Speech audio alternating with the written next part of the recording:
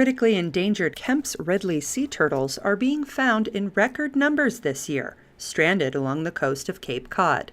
In Barnstable, Sandy Neck beach officials track the weather and work around the clock to find and rescue these vulnerable creatures. Here we go. We're going to head out on patrol. So what we do when we come out here to look for turtles, and the winds are usually out of the north or northeast when we start to find them, is we ride along the tide line, scouring for things that look like turtles. Juvenile Atlantic Ridley sea turtles come to Cape Cod Bay to feed, but when temperatures drop, those who haven't migrated to warmer water become cold-stunned and are left at the mercy of the winds and tide. You know, you're saving a generation of turtles when you save the juveniles. What happens is they are cold-stunned.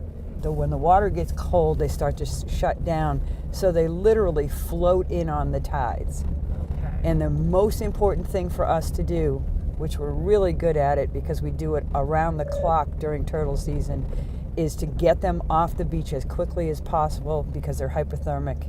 Kemp's Ridleys are the smallest and most rare species of sea turtle, typically measuring just 2 to 3 feet in length. Once rescuers locate a turtle in need, they work on raising its core temperature. Then they transport them to Mass Audubon in Wellfleet. Wellfleet Audubon is the one that's in charge of the program, and they send volunteers. We triage them in our garage. You have to raise their core temperature so slowly, or else you could literally kill them.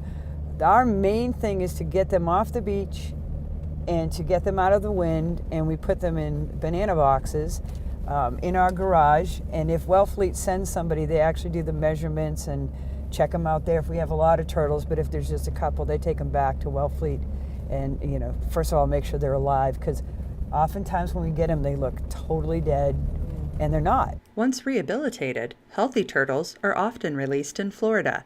The ones that are doing well can actually get transported down to Florida and some of the other states and released right then and there this time of year because it's warm enough. There are some other turtles that they hold for longer periods of time during the rehab process, and some of those will actually get released locally in the summertime. Finding and rescuing stranded turtles is a community-driven effort, and park rangers welcome the help of beachgoers, provided they follow safety protocols. Most important thing is to get in touch with us as soon as possible, get them out of the wind, put seaweed on them, mark where they are, and that way it gives us the opportunity to get out there, because it takes a whole village to do this.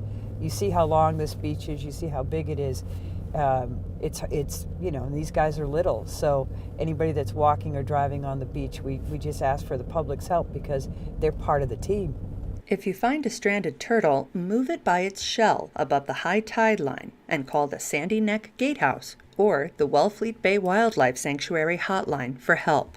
Then cover it with dry seaweed and mark the area with an obvious piece of debris so that park rangers can find it. Not to have sea turtles would be a horrible thing.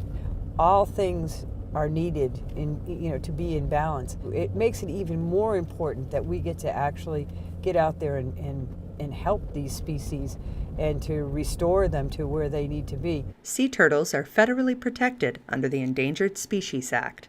For Cape Media News, I'm Gabrielle Rawson.